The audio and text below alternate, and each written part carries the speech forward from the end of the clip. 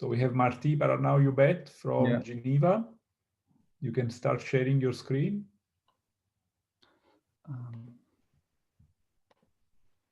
Okay, does it work? Yes, yes. Perfect. And he will talk about quantum signatures in a work distribution. Marti, please.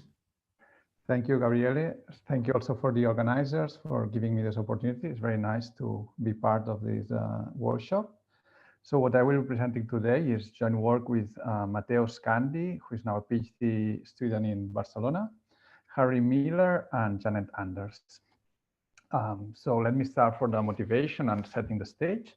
So what we have in mind is that there's some small quantum system whose Hamiltonian we can externally control in time, and this costs some work. And at the same time, this system is not isolated, but is interacting with an environment where heat is being dissipated. And in general, I will be interested in a process where I move from one Hamiltonian to a final one. And I will be looking, at the work distribution. So in general, this work distribution, we know it's a very non-trivial quantity, okay? It depends on the precise driving, on the dynamics, on the properties of the bath, and so on and so forth. And in general, we know very little things. So we know the second law that tells us that on average, the work that we need to go from one configuration to another one is larger than the change of free energy between the endpoints. And we have a refinement of these laws in the form of fluctuation theorems, which give general constraints. But at the same time, we are still far from a full characterization in general, and this is a case-specific quantity, this distribution. Now, one can hope to find some universality as we move to the slow driving regime. So more technically speaking, I mean that we would expand over h dot, because in particular, we know that when this driving speed, we go to infinitesimally slow processes, then the work will become the change of free energy. And this is independent of the process. So clearly, this is a universal result, given by the second law. But here I will be talking about finite time corrections to this limit. So I'm in the regime where I move slowly. So the system is always close to thermal equilibrium. So the time scale of equilibration is smaller compared to the time of the process, but it's a finite time process. So I take into account this finite time correction. Now, if we look at classical slow processes, this has been well characterized in the past, for example, by Seifert and Speck. And basically what they found is that the distribution tends to a Gaussian distribution, except in the tails, okay? But for the core of the distribution, we have a Gaussian distribution, which greatly simplifies the problem because we only need to know the first and second moments. Nicely, these two moments are related by the famous fluctuation dissipation relation by Jarzynski, which basically tells us that one is proportional to the other. So how much dissipation we have on average, how far we are from the change of free energy, also defines the amount of fluctuations in the distribution. And likewise, when we go to the isothermal limit, so of an isothermal process, then both the dissipation and the fluctuations would disappear, and we would get a Dirac delta. So it's a nice understanding and characterization of the work distribution in this slow process regime, which basically tells us that we only need to know the average dissipation to characterize the full distribution, except in the tails. Good, but now I want to move to the quantum slow processes. And what I will show in this talk is that in this case, because of quantum distributions, we get a non-Gaussian distribution, that this fluctuation dissipation relation gets modified by an extra quantum term, but yet, even if we have a non-Gaussian distribution, we can provide the full characterization of it.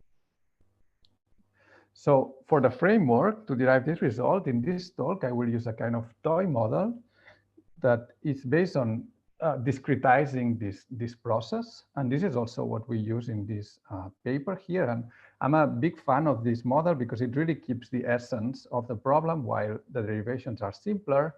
But things can be done in a more realistic way where we have simultaneous driving and interaction with a thermal bath. Okay, I just wanted to clarify this point.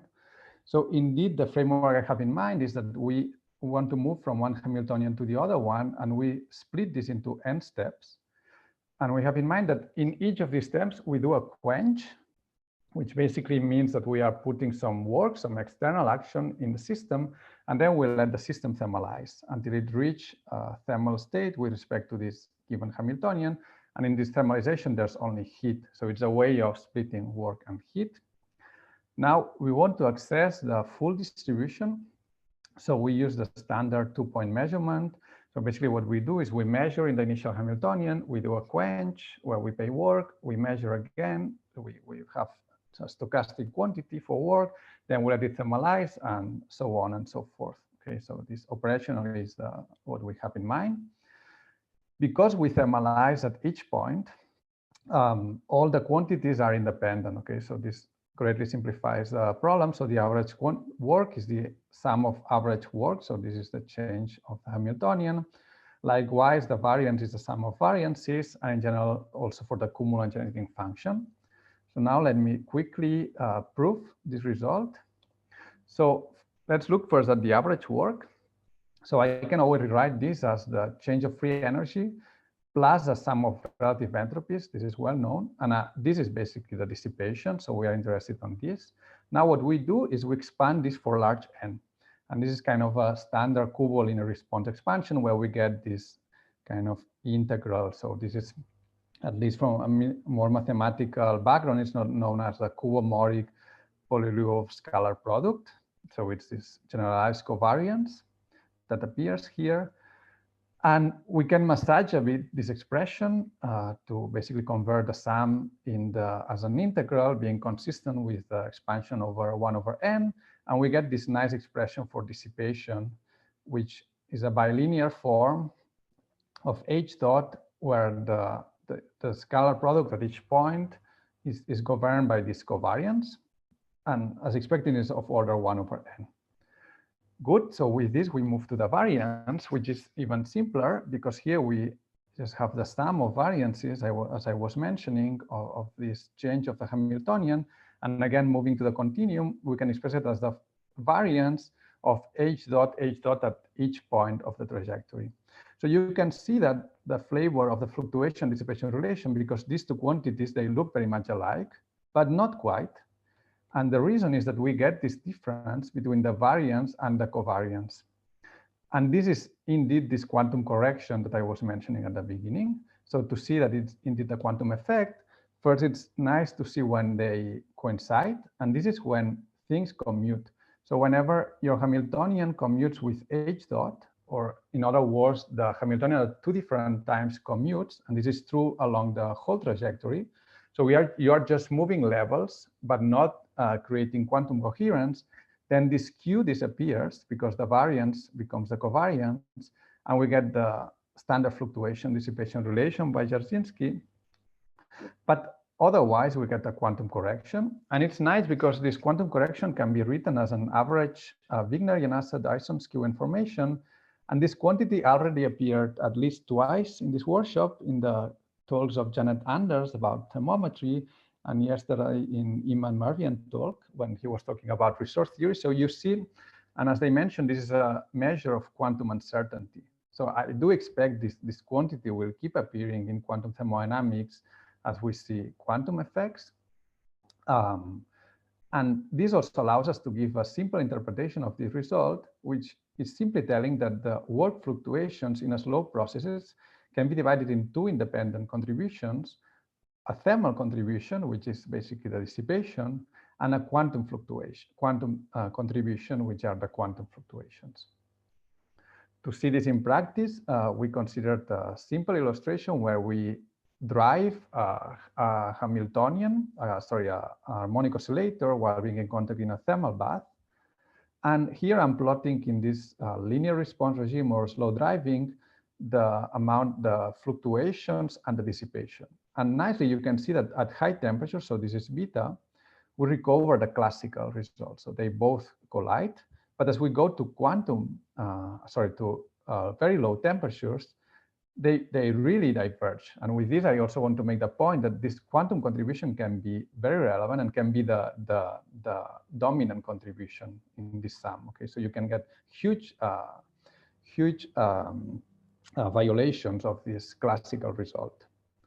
And okay, this is, I go very quickly here. So as I mentioned, I showed how to obtain this result in the discrete case, where basically you expand over 1 over n. But this can be also re-derived in more realistic systems where you have a Lindblad with some driving, and you consider the steady state is the instantaneous Gibbs state. Okay, so it gives this idea that you always tend to the equilibrium with respect to the local Hamiltonian. Then you can expand this expansion, so you can generalize these expansions. And what happens is that the fact that you have non-trivial dynamics, because you have some Lindbladian, comes as a superoperator, which is known as this Drazen inverse inside of your expansion. But as I was saying at the beginning, that the essence is the same. So we have a bilinear form in H dot and H dot with this superoperator. And the techniques are more involved. So we use, okay, similar to what, for example, Gonzalo was mentioning, one can derive this with this quantum trajectory approach, and also using the quantum regression theorem. And in both ways, we get the same result. So now let me move to the implications of this result. The first one is very simple, is that in quantum systems, we instead have an inequality. And this is just because this quantum term is positive definite. The second one, which is more interesting, is the non-Gaussianity of the distribution. And to show this, I took the freedom to take a Jarzynski original paper, where he derived a very famous Jarzynski equality, but also this fluctuation dissipation relation. And what he says is the following. So he says, it's nice, okay, first he derives the Jarzynski equality, he expresses it as a sum of cumulants, and then he says, if this distribution happens to be Gaussian, as may be expected for sufficiently slow switching, then only the first terms of this cumulant survive, and we get the fluctuation dissipation relation. Now we can reverse this argument, because we can start from the quantum fluctuation dissipation relation that I just derived and combine it with this with the Jarzynski equality, that it's also true in our setup. And then what we get is that this quantum correction equals the sum of all the higher order cumulants. So in other words, this quantum corrections makes your distribution non-Gaussian. So it means that this is actually false for quantum systems. Like even if we go to slow driving, we will never reach a Gaussian, except the infinite time limit where we have a Gaussian because it's a Dirac delta. But any finite time Gaussian process, any finite time quantum process will be non-Gaussian. And as I was saying, this quantum term can be the dominant one. So it can be highly non-Gaussian. Of course, it depends on how many quantum fluctuations one is creating. And with this, I move to the beyond the second moment. So in this paper here, we look at the full distribution. Then the idea is very similar. So we take now, instead of the variance and the first moment, we take the full cumulant generating function and we expand it. So the proof is more involved. And we get this expression for the cumulant generating function. Well, it's a constant term plus the dissipative part. So this is basically the non-trivial part. And okay, it's kind of nice. I think there's not a similar result in the literature, but because basically we see that, so it's quite similar to the standard Cour response, which would give us the average work. But you see, we get a generalized expression because we get these two integrals. I mean, the crucial quantity is still the generalized covariance, but we have a more generalized form that give access not only to the average or to the second moment, but to all the higher cumulants. Because by taking derivative of the cumulant generating function, we can get all the cumulants and also get the probability distribution. Now, we computed this for several examples, but I don't have time to show it. But instead, I want to mention that generic property, because what we can prove is a strong fluctuation theorem that is known as the Evans-Search relation. So basically, the Crookes fluctuation theorem is satisfied in this process because we start in equilibrium, and then we can also consider the reverse process where we would start in equilibrium here. Now, this cumulant function in this slow driving regime satisfies this nice symmetric property, which basically means that the probability in one way or the other one, if we are in a going from here to here or from here to there, it's symmetric. And what this means is that we can replace the probability in the reverse direction by the probability in the forward direction. So we get a fluctuation theorem that doesn't relate forward with backward, but it relates the probability distribution in only one direction. And this is a much stronger form. And in particular, it's known that using Marti, this, yes, 5 minutes, including questions. Because perfect. So it's known that using this generalized fluctuation dissipation, thermodynamic fluctuation theorem implies a thermodynamic uncertainty relation. So this has been discussed in these nice papers. And this was the core idea for a new paper that okay, I don't have time to explain, but basically we use these slow driving expansions to prove a thermodynamic uncertainty relation in driven quantum heat engines. So in fact, we can get a more tight thermodynamic uncertainty relations, which is shown here. But I just wanted to make the point that we really have some generic properties that I believe can be exploited to look at heat engines or other properties. And with this, I move to the summary. So basically, I first discussed this generalized quantum fluctuation dissipation relation and argued that it leads to a non-Gaussian distribution. Then you also showed a full characterization of this work distribution in the slow driving. So this again can be extended, for example, with this quantum trajectory approach. And then I also showed the fluctuation theorem and a thermodynamic uncertainty relation. And this has been, so now this is very discussed in detail in these two archive papers. And I didn't have time, but I also wanted to just mention that we can use a lot also these linear response expansions, they also allow for a geometric interpretation, which is known as the thermodynamic length. And we've also been working a lot on using this thermodynamic, this geometric approach to optimize thermodynamic processes. And here I just wanted to give 3 references. And with this, I finish. Thank you again. Thank you, Marti. Very nice talk. We have time for questions. Let me see if we have in the Q&A or if you raise your hands.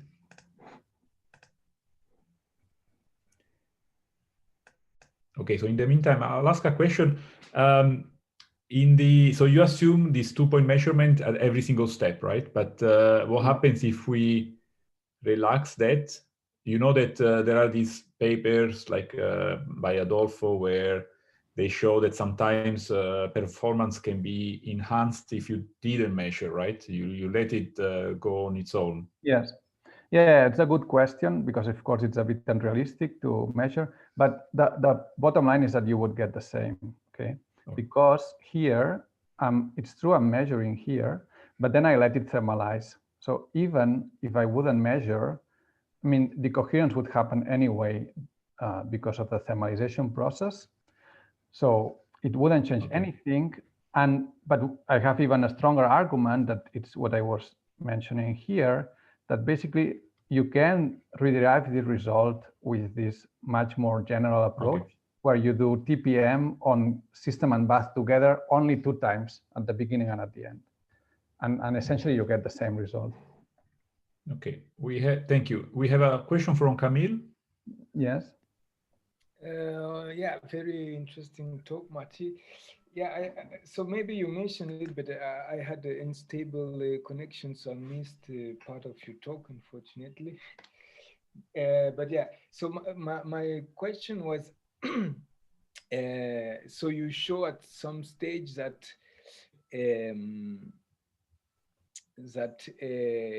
yeah, no matter how slow is the process, in a quantum situation, it will always be non-Gaussian, right? Yes.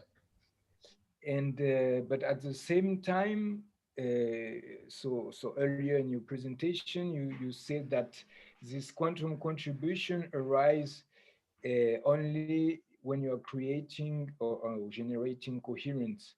So I was just wondering if, so combining these two yeah. results, if it's not like I mean, in somehow conflicting this Yeah, sorry. usual idea of quantum friction. I was not, sorry, thanks for the question. Maybe I was not precise enough. So what I was meaning here by a quantum process, I meant a process where you would create quantum coherence. So if you would have a quantum system, but just drive the energy levels, so have commuting dynamics, then you would get a Gaussian process. So, okay. So that's the point. Okay, so we will get this same picture, exactly the same, if we have commuting dynamics. Then we will also get a Gaussian distribution and this fluctuation dissipation relation. I mean, so in a way, I'm saying that a process that doesn't create quantum coherence, I'm calling it a classical process, even if it can also be in with a quantum system. Okay. Thanks. Right, Okay. thank you. We have a little time for a comment from Ivan Henao. I'm going to read it. Thanks for a very nice talk. So in the case of engines, I guess this implies that quantum engines always provide a work output that is more disordered than for classical engines, in the sense that fluctuations are larger.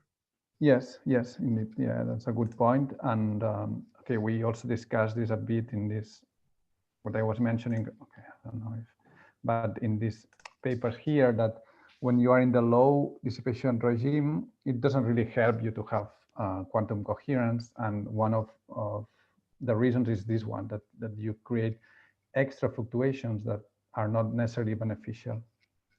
Yeah. All right. Okay. We thank Marti for the very nice talk, and we move